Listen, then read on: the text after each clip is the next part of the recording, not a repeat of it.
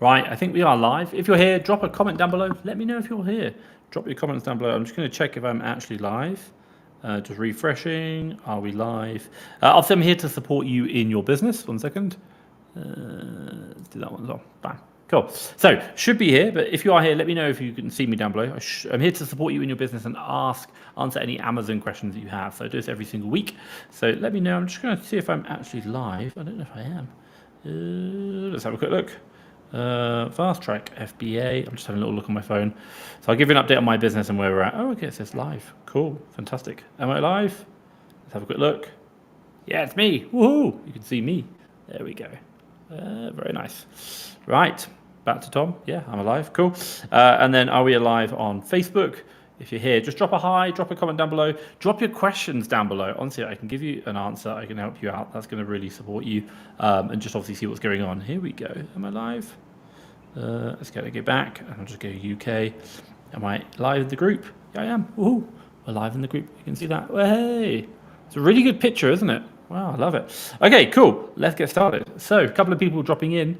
We've got Facebook user. Hi, Thomas. Hello, Facebook user. Great to have you here. If there's anything I can answer, please drop your comments down below. Obviously, I'm here to kind of just spend some time, support the community, help people out in their Amazon businesses. If I can give any advice, what's going on? Obviously, it looks like in the UK, the place of establishment is possibly going to calm down, only for the fact that the government have got involved. The UK government have got involved in Amazon and withholding money. I know, absolutely crazy. Let's go and jump through.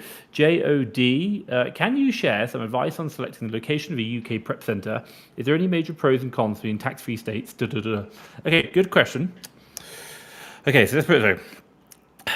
Prep centers, USA. Generally, tax-free is generally the best ones you want to do, which obviously you know about are things like, should we say, New Hampshire, Delaware, for example, lots of them. Now, the only other thing which I could probably add to choice of prep center, obviously definitely reviews, check them out, get recommendations. The only other thing you might want to look at is whereby your prep center is near your physical address within reason. Why? Because what we've seen within our own business is when you are, think about it this way.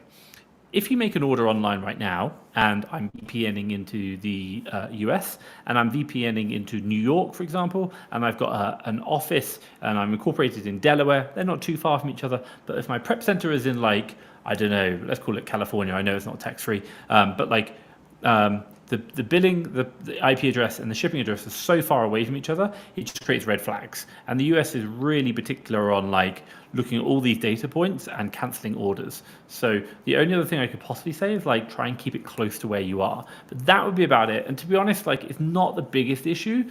Or the biggest issue is just a prep center actually does a good job. And by the way, that in itself is hard enough. There are so many bad prep centers out there.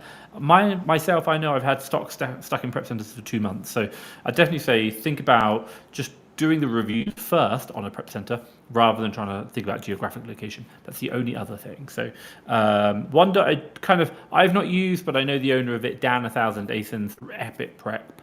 Check him out. I've got a lot of time for Dan. I don't know about his prep center, but if there's anything like the value that he brings on the interview that I've talked about, then I definitely think his prep center would be amazing. So check it out, and it's in a tax-free state as well. So JD has answered the question. JD, let me know if that answered your question down below. Obviously, guys, great to have you here. Thank you for joining me. Obviously, I'm here to answer your questions. Let me just drink some of my coffee. Nordadula Amazon. I can't pronounce that, sorry. Hello, how are you? I changed me location from Canada to Malaysia. Okay, now here is the problem: how to completely delete my previous data and create a new account. I'm guessing you're talking about like Amazon. So let's just talk it this way: if you have an Amazon selling account and you want to create a new one, it depends. So number one, all Amazon selling accounts are created to an entity. Now, an entity can be a company, limited, LLC, for example, or it can be to a person. So if you move and you try and create a new one, if you've got like one to yourself as a person, and then one to you're going to move somewhere else, want to create a new one. It won't work. You've got to move the account. You've got to update the address. If you've moved company, then fine, you can do it. But they will ask you who is the beneficiary of the company, and they'll ask you to put your passport details in. So that's really hard.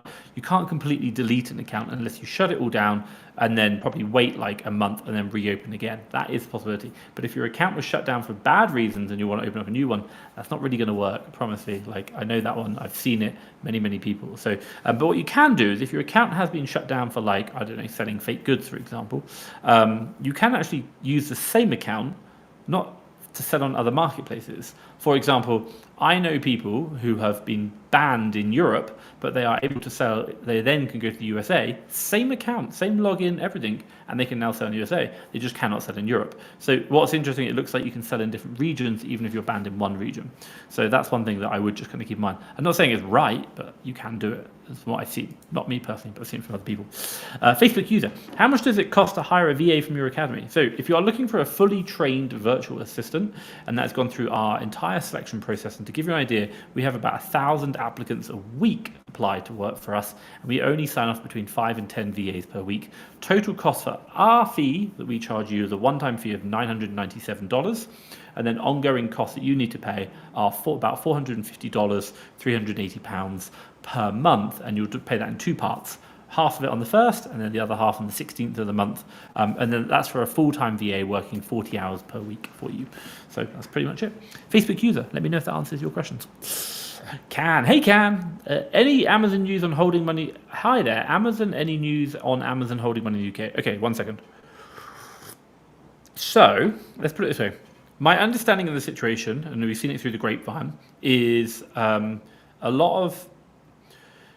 So it looks like government ministers are getting involved because so many Amazon sellers are affected. So if you're going to ask me, I think the whole thing will be done within a month. Like, I think it will just be done. Like, it's kind of reaching the pinnacle right now, whereby it's going to start calming down because the government are getting involved. But I do think it's because Amazon have basically caught so many people in this net and it's not able to deal with all these problems. So I think for you is just like, hold on, you'll be fine. So long as you can provide the right documents. But even if you can't, they're just going to ask you to pay VAT, which will be really annoying, but they'll give you a solution out.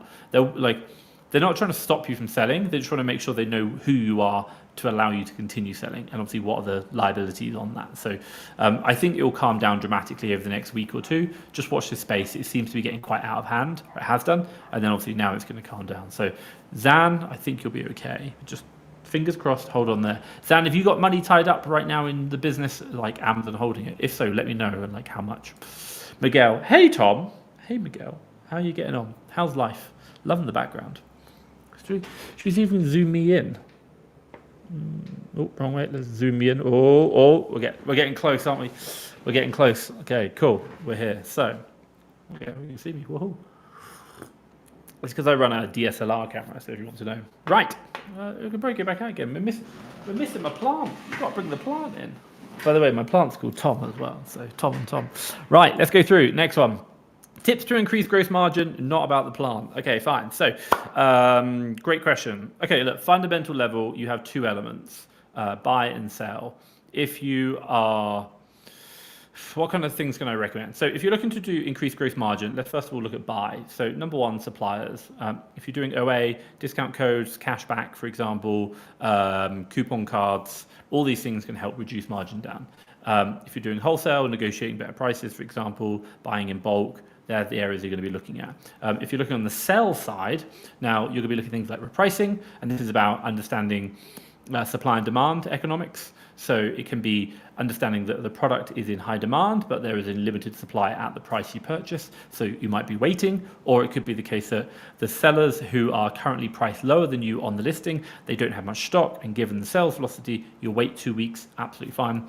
That can be done. So I really look at those things, but at a very fundamental level, and what do we do in my business, and we release this within the Seller Academy, like how we do it, is we just look at all the brands, we look at all the suppliers in regards to their ROI, what we're getting for them, and we are just kind of focusing on those who are performing well and cutting those who are not. Doesn't mean we won't continue to go back to them later on, but right now it looks like maybe there's too many sellers, maybe that brand or that supplier, there's released too many products at the price it's selling at, and so therefore there is an oversupply in the market and the demand is not high enough, and as a result the price crashes.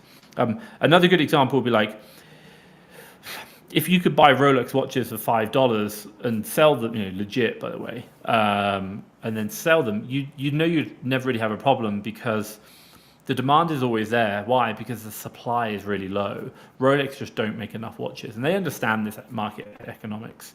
So when you're looking for products, and I know we're always like, I want to find profitable products, I'm struggling to find profitable products, that might actually be quite a good thing. You might be thinking about, what are those products that are out of stock right now? Should I keep checking on them? What are those brands? Focusing on those, because if they're hard for you, they're hard for everyone else, and so therefore you can hold your prices higher, and therefore you can increase better margins. This is why you see a lot of people who will like buy Lego and then hold on to it because it's going end of line, and because the demand is there, but if the supply drops out and there's not enough product, then the price rises, which is obviously about increasing your margins. So there is a balancing act. I never deny that. Really just trying to figure out. We even have internally within our business, we have processes whereby we have what's known as an end-of-line buyout. So if we find a product that we think is end-of-line, we have a whole step-by-step checklist guide that we go through that helps us understand, like, do we generally believe this is end-of-line? And if so, should we buy? How much should we invest in it? So it's just a process that we've looked at and saying, if we ever see this product or these types of products again, how would we analyze them? So we're just documenting that as we go through. So really, really important. Maybe I know I should update that one. Hope that makes sense, Can. Let me know down below if that makes sense. Miguel, how do you manage or keep Prep Center accountable? So my processing days, I think, so Miguel, if you've got a Prep Center and you're struggling with them, I sent an email out the other day going, I shouted at my VA, but it's the same analogy, exactly the same analogy. So if you've got a problem with your Prep Center, what can I recommend? First things first is, you need to get facts which are like truth, i.e. this product got delivered on this day as evidenced by screenshot or email, for example, and this is when the day shipped out as evidenced by this. And you're going to show just fact after fact after fact after fact of delivery day in, delivery day, or shipment day out, delivery day in, shipment day out. And you're going to show that evidence, and you're going to work out the thing and say, right now, based on these calculations, I can see your average, should we say, turnaround time within the Prep Center is, 3 weeks. And so therefore, I'm not happy with this. My understanding is that this would happen, and hopefully you would have an agreement when you first started. If you didn't, I would recommend making sure that's crystal clear. And I'd probably recommend dropping them an email like, hi, what's the turnaround time? I'd probably even, if your Prep Center is a bit untoward, what you could even do is pretend to be another company. Also, you do it through your personal email. Say, hi, I'm interested, and get them to write what their turnaround time is to a secondary person.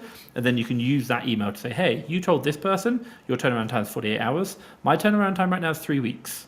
Why are you not delivering on that? So again, doing facts. And then at the end of the day, the only thing you can, so number one, showing truth rather than saying, I think you're rubbish, and showing that evidence. And then number two is the fact that if they don't turn around, I would be very honest and say, look, I will give you 2 weeks to start improving this number. Otherwise, we will look for another Prep Center. And generally speaking, we always have 2 Prep Centers we operate through, and we're always monitoring them. If you want to know, one of the KPIs we track for my admin VA is time from supplier. So it's basically whenever we get a shipment into Amazon, we are looking at the shipment arrival date, or looking at the date of arrival, which is like today. And then for all those ASINs, we look at the delivery, the purchase date of them. And then we do that math calculation. So like we bought it on the 10th and it arrived in Amazon on the 29th. So that's 19 days. Cool. And then this one did that and this one did that. So then we add them up and then we divide them and then we get an average for that whole shipment. Now we start averaging that across all our shipments, and the reason why we do this is because it shows not only the suppliers if they've got a big lead time, but it shows the Prep Center as well. And we just monitor that one number because that one number shows us the whole logistics chain all the way up to Amazon, and that's about how fast we can get stock in. And if that number starts going up, we start asking why. And if you see it's the Prep Center, you're like, what's going on, man? Come on. So if you are thinking about tracking KPI, and again we talk about it in Seller Academy, that's a really good metric, and we show you how to do it in I think it's 3 minutes a week. to get that number. It's quite simple. So I hope that makes sense, Miguel. Let's go and jump through JOD. Surely it's not an issue if you can get a VPN that is located in the state of the prep center as your billing and shipping are in the prep center and also the VPN. JOD, correct. You are correct. But getting those things is quite difficult. Why? Because the majority of the people's billing or shipping billing addresses will be in, or company addresses are in either Wyoming or Delaware, and then your prep center will probably be somewhere else. And then also as well, if you can get your VPN into that, you should be okay. Not guaranteed, should be okay. So I think you're right. Carlos, how do you think the new low inventory fees in OA Amazon announced will affect OA? Okay. Amazon low inventory fees. My God, it's coming, like, it's going to go live in, I think it's like 2 months. So how is it going to affect your business, what I'm seeing? Right now, I've not really looked into it, and I will be honest with that, but here's my kind of positioning. Number one, anything which you are buying which is low cash value, but it's got good ROI. Let's say, for example, I buy something for $1 and sell it for $2, sell it for like 10, make $1 profit. Cool. It's probably going to hurt those quite badly. Why? Because they're very low cash value and there's going to be an additional fee on top. Now, if you're doing those in the OA space, that's going to be a problem. If you're doing them in the wholesale space, whereby you can buy enough stock, I think you'll probably be okay and there's no issue with it. But if you're in the higher end, let's say, for example, you're buying stuff for $20, $30, selling for $40, $50, $60, then that additional fee isn't going to be too huge. Yes, it's going to have an impact, but what I don't think you'll see is that everyone's going to say, oh, everyone will have to put the prices up. My God, I've seen Amazon fees going up forever. Like, you'll see prices change a bit, but it's not too much. So I think if you are doing OA in like kind of the old small and light space where you have very low value items and you're doing high volume with them, but you're even not doing high volume, but you're trying to make high ROI but low cash value, I think that's where you'll get really affected. It will also be really interesting to see how it plays out in regards to like, if you think about Amazon's catalog, there's a lot of products where there's very low supply or low demand, and like I think it'll affect that, but we'll see. To be honest, like it's just going to be another cost that we've got to pay or put on. But if you can manage your inventory well, and I think those ones where they're not low cash value, I think you'll be okay. I don't think it'll be a too big issue. But the one thing which is quite interesting is we've not really seen like how it's going to affect everyone's businesses. There's no like calculators that say before and after. So I'd like to like do some analysis into that and to see it. But I think it will have an impact, but it'll be at the lower end. And by the way, you can put an extra fee into your cost of goods, not a problem. But that's kind of like saying, well, I'm going to source from 25 up to 30% now ROI.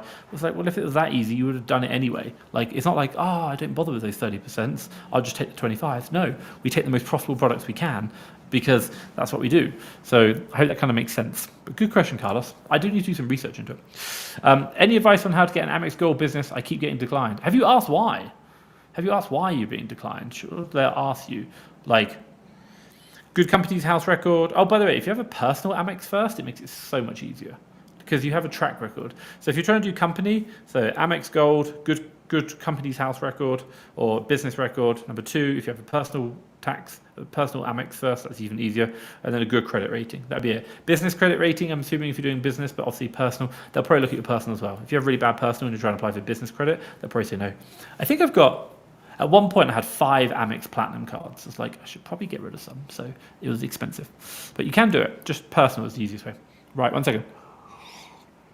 So Zan has got money tied up around 10K, really messed up cash flow. I have all the documents. Yeah, it's just a waiting game. And that's the big thing. So like right now, or a lot of people in the UK, and I said, Zan, I'd love to know how long you've been selling, because I have a funny feeling it's a lot of like newer sellers are being affected. I've seen a lot of older sellers. Some old sellers have been affected, and I think I know why, but I think a lot of new sellers have been affected. The older sellers have not. I think generally it sounds okay. So, and the bigger older sellers haven't, which is really interesting.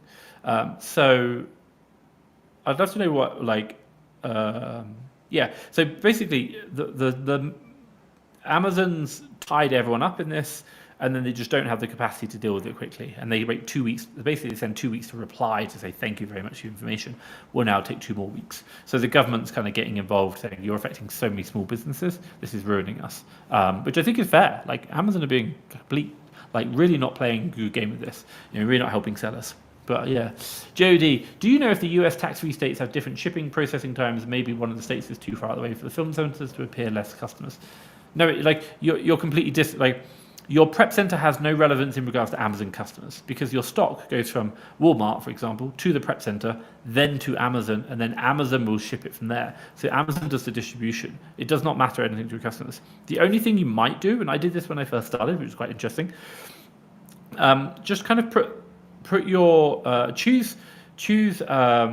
a postcode in Florida, New York, and California. They're kind of like the 3 core hubs, should we say, and go to Walmart, put your postcode in as your billing address or like buying address there, and then figure out where the prep centers are in like Wyoming or Delaware or New Hampshire, for example, and then just see how long it takes. And when I did that, I think it's always 2-day delivery. There was no kind of like one prep center, which was always a little bit more like, like New Hampshire might be like 1-2 days, whereas the other one out in like somewhere else, that was going to be 5 days. And if that was the case, then I wouldn't choose that place. But what I always found is it was pretty much always the same everywhere.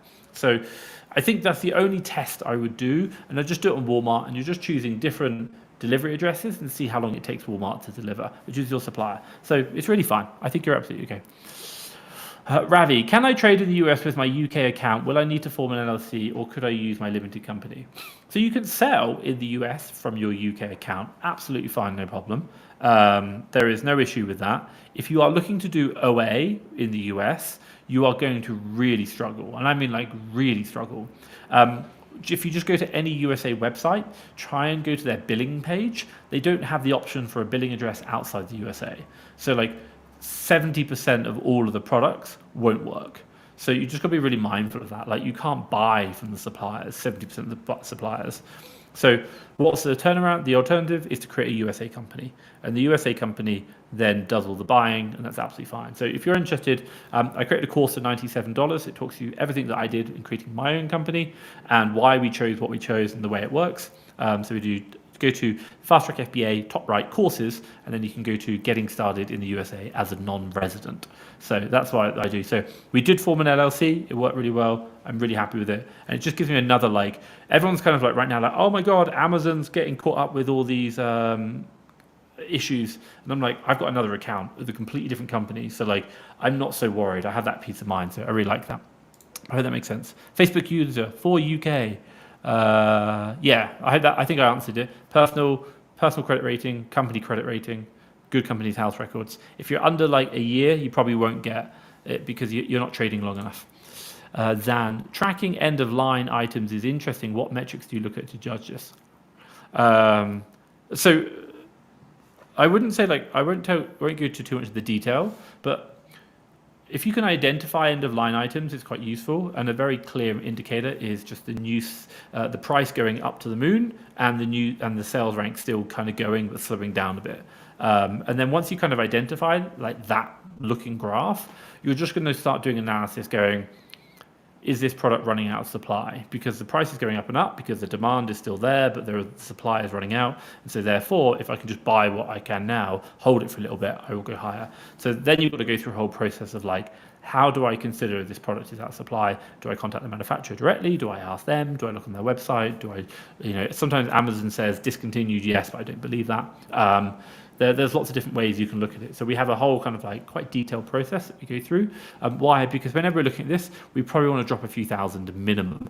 And that just makes it easy to say, yes, we generally believe this is out of line because of the following reasons. Fact, done. But again, you can identify it just due to the graph. That's a really important one. Miguel, thank you. No problem, Miguel. Glad I could help. Omar, right, 1 second. Tom's got like a blocked nose. Drop your questions down below. I will help you out. Hi, Tom. I hope you're doing well. I've seen your VA jobs on your website. Are you still looking for new employees? We do. We look to recruit. We only hire from the Philippines. No experience necessary. If you're not from the Philippines, unfortunately, we don't hire from that. It's just the fact that we understand how to hire from the Philippines right now. We know it really well, and then we just chosen to do that. So we may open it up in the future, but right now that we're quite selective about that because we understand how the culture works and everything. So yeah, you can have a look online and apply. Let's go through. You are right. I'm only a few months in, and it's probably because I'm not VAT registered.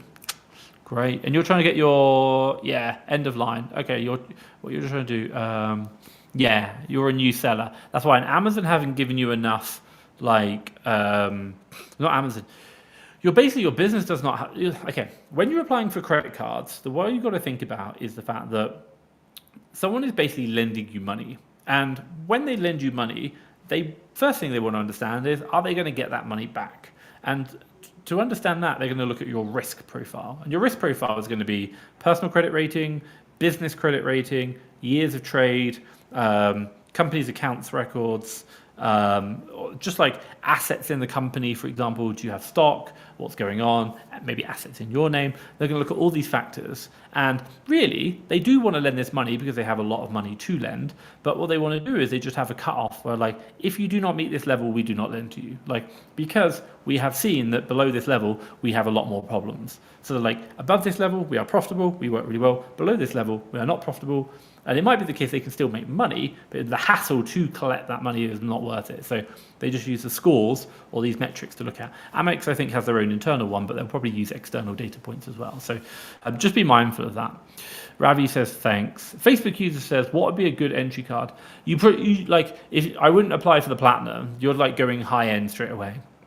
So if you're going to do personal, you want something with like very low fee, like kind of like cash based. It might just even be like a charge, like something tiny, like really, really tiny. Like it's got no fee, very good entry level one. I'm not really too sure what the good ones are, but I would be really like for entry level because I've never had that problem. Yeah, I think like I've always just known my own personal credit rating. And I think if you want to know, on my 18th birthday, on the day, I got a credit card because I wanted to build that credit rating because I knew it would be important. So I applied to the bank. I went into the bank and got a credit card. I know, I'm sad. But the idea is understanding it. So I think my advice to you is look on Amex's thing, you do some research and just do first Amex card. Look at that. That's really helpful. And by the way, it's really good to keep banking relationships. So for example, I've got a lot of cards where I don't really use them anymore and I could shut them down, but all I do is I just do direct debits or like transfers of like $10, £10 every month, moving it around. Why? Because I'm just keeping the relationship alive. Because if I do want them in the future, I've now been with them for years, and I've got bank statements showing what's going on, and they're like, "Oh, you've been with us for a long time, yes, and you've never had any problems, yes, and we like you, cool."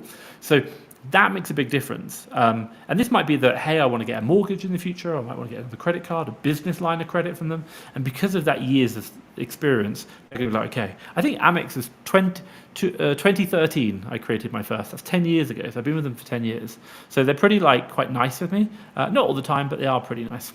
So I hope that makes sense, Facebook user. Guys, drop your questions down below. I am here to help. I'm running out of coffee. By the way, it's decaf today. It's outrageous. Miguel says, do you sell shoes? Are you experiencing lost inbound inventory in Indy 4? I sent a shoe shipment in November and there's no shipment update since early December and the shipment has not closed for investigation. Yeah, like we've done shoes before. My team aren't reporting any issue with Indy 4. I think, look, you can't really do anything until you can investigate, and you've just got to wait. I know it's an absolute nightmare. Like, you can't do anything until Amazon's closed the shipment for investigation, then you can do it. And you're like, my God, it's been like 3 months. I would possibly see if you can like raise a case against it and then see what happens. But outside of that, I can't guarantee, like, again, I was talking to a friend. Amazon's kind of like the hot, cold, love it, hate it kind of game. One day is the best thing that's since sliced bread. The opportunity is incredible and amazing. And then the other day is, I hate it. I'm like, why do I do it? So it's like hot, cold. And for example, it might be the case that, Q4, you're making shitloads of sales. January rolls around, everyone's getting suspended for, establishment of UK authentic or establishment. And you're like, oh my God, this is like up, down, and down. And even things like this, where you're looking at shoes, whereby you're shipping stuff in, doing really, really well, and then all of a sudden one big shipment just goes completely missing and you've got to wait 3 months for them to allow you to investigate it. It's so frustrating, I know. But I think like we still, even given the frustrations, we still understand the opportunity available and we want to take advantage of that. So I like, it's just a matter of waiting. Sorry. Oh my God, my things. Right, let's keep going. What's up, family? Hello, let me know. What's up, family? Guys, let me know if you've got questions down below. Obviously, I will answer them. James has answered. Hey, James. Am I the only... I am. Not am I. I am. 1 second. Tom needs more coffee. I am the only seller on a listing. what are some techniques for maximizing the buy box? I've been creeping the price up a penny at a time, continued. I guess he's going to write something else. That's really good. By the way, you can creep the penny up. If you're the only seller, I wouldn't even do that. I would just literally go onto Seller Central right now and push the, look at the keeper graph. What has it been in the past? Push the price up high. By the way, you're watching, it's the variation between how high can I push it before the buy box kicks in. So let me answer this properly. Now, if you are the only seller on a listing, what advice can I give you? Well, you're trying to balance two things. One, how high can I push the price before the buy box disappears? And two, how high can I push the price whilst maintaining a reasonable sales velocity that I am happy with? So let's look at this. Number one, I'd look at sales velocity.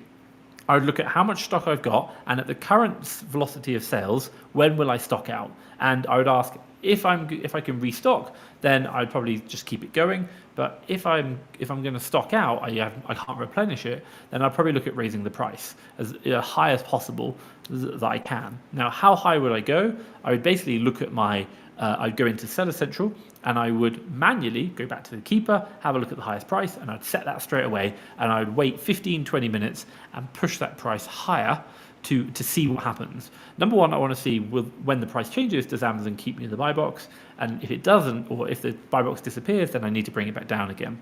But if I do get it, then I'll keep going a bit higher. And I wouldn't do it pennies or anything. I do quite big chunks, because you're doing every 15 minutes, it will update, and you can just see what Amazon does on the buy box. So that's what I do. So, and then you're saying, does sales slow down if there is no buy box, if people are having to do it with extra click? Yeah. So sales slow down. So if there is no buy box, sales do slow down quite considerably because the extra click creates friction. But it doesn't mean sales stop. So if you're on a listing right now where it's selling pretty fast, and you're like, I'm going to stock out in a couple of days, and if I go too high, I'll lose the buy box.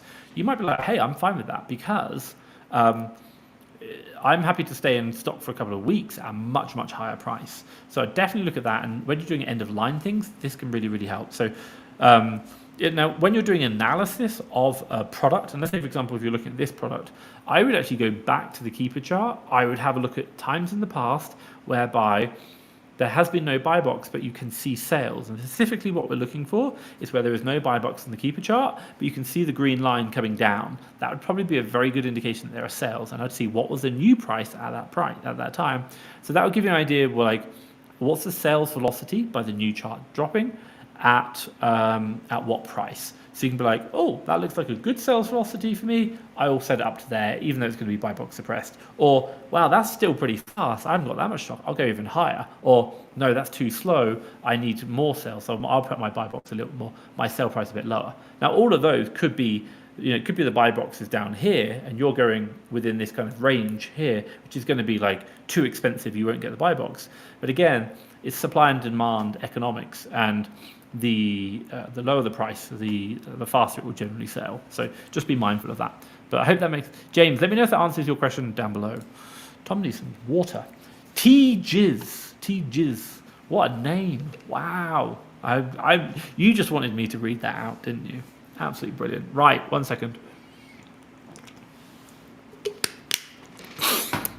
Can I still do online arbitrage? I should just go, no, not at all. Yes, you can. What happens when Amazon asks for invoices when checking authenticity? I currently only do wholesale, and it's easy to defend my product using wholesale invoices. Yeah, fine. So it's really good. So okay, let's put it here. Amazon does not differentiate between wholesalers and online arbitrage suppliers in regards to product authenticity, in regards to supply chain. They basically treat all suppliers exactly the same in regards to the fact that they look at the supplier on a case-by-case basis and say, can we authenticate the supplier? Do we believe they are legitimate? For example, if you buy Lego today from Walmart, ship it into Amazon, and you get a product authenticity complaint, and you send them the Walmart invoice, they will, I can't guarantee it because I'm not Amazon, but we've had it many times. They will say, absolutely fine, the products, we agree they're legit, and we'll dismiss the case. So that's fine. But obviously, if you're buying from an OA supplier called Tom's Bargain Basement Products, that's a little corner shop, and you get a little one of these little bits of paper, that's probably not going to work. So it's not so much about OA and wholesale in regards to supply chain authenticity. It's about, can Amazon will Amazon say the supplier is legitimate?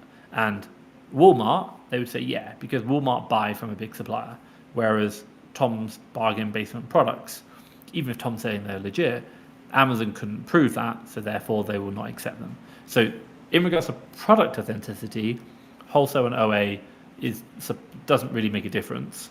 But in regards to ungating, it does. So in ungating, we are looking at, Amazon say they're looking for wholesale, distribution, or manufacturer. So I hope that makes sense. Great name, by the way. Khan says, do you make your VA source the same categories as stores, or do you give them freedom to source their own? We're really restrictive. So to give you an idea, we used to do what's known as free sourcing. So, okay, it's a really good question, but I wanted to answer it in a slightly different way. So what's the end goal? Well, what's the long-term goal for the business? You want to grow it, don't you? You want to get the growth bigger, the company bigger. Now, if you hire a VA today and they find some deals, fantastic. Then what you understand is that, okay, we'll hire another VA, cool. And then if that works well, we'll hire another one, and we'll hire another one. How far do you go? Well, we had 20 VAs on one store once, and we did free sourcing. And what we just found was that they were all checking the same stores. So what you realized, and by the way, when we looked at the URLs they looked at, was that a third of the labor cost we were spending was just wasted because they were all checking the same things repetitively over and over and over again. So when we think about what you can do, you are right, you can go free sourcing, that's fine. I will also explain why we don't do that another way. But the reason why we don't, one of the key factors is as you grow, you need division of labor because you need accountability, and without clear divisions, it's very hard to be accountable. So that's one. The second one is that if you were to start selling, if you sold Lego for the whole of your life and then you moved into sneakers, it's very likely that you are going to make some bad buys. Why? Because you don't know what you don't know. For example, you might know some brand's IP, you might know that some suppliers are bad, some suppliers sell fakes or have really bad delivery times, or certain things happen, or certain products have really, like it might be that if you sell Nike in January or February, Nike always has a big sale and the market gets crashed. Like you wouldn't know that if you've not done it for a while. So what you understand is within any category or niche, there is specific knowledge that is only available to those who have done it for a while. And you basically have to pay that price to gain that knowledge, to stop making the same mistakes. So if you go free sourcing, you are constantly paying the price of the lack of knowledge. Whereas if you focus down, you are going to pay the price, hopefully once because you've learned your lesson. And then therefore, you will stop making those mistakes and you'll start focusing on what is working. So for those two reasons, we just don't do free sourcing. And not only that, accountability is one of the most key ones. Like, oh, it's difficult today. Well, by the way, I've seen it in my own business. We had a really top niche. We put we had a VA on it, and we moved that VA to somewhere else, and we put another VA on it, and the VA was really struggling. And they're like, oh, it's just really difficult. Turned out that VA wasn't actually working like the hours they said they were. So therefore, they were struggling because they just weren't doing the work. So when you do free sourcing, we would never know that, even with time tracking and stuff. Like, we know what the niche should be able to provide because we can see it with different sources. But when we put a different sourcer on, then we say, whoa, something's not working, but the niche is fine. So that kind of like showed us, by the way, they've been fired now, but it showed you what happened. So I hope that makes sense. Good question, though. I saw you are a speaker at Miami Sellers Conference. Excited to meet you in person. Woohoo!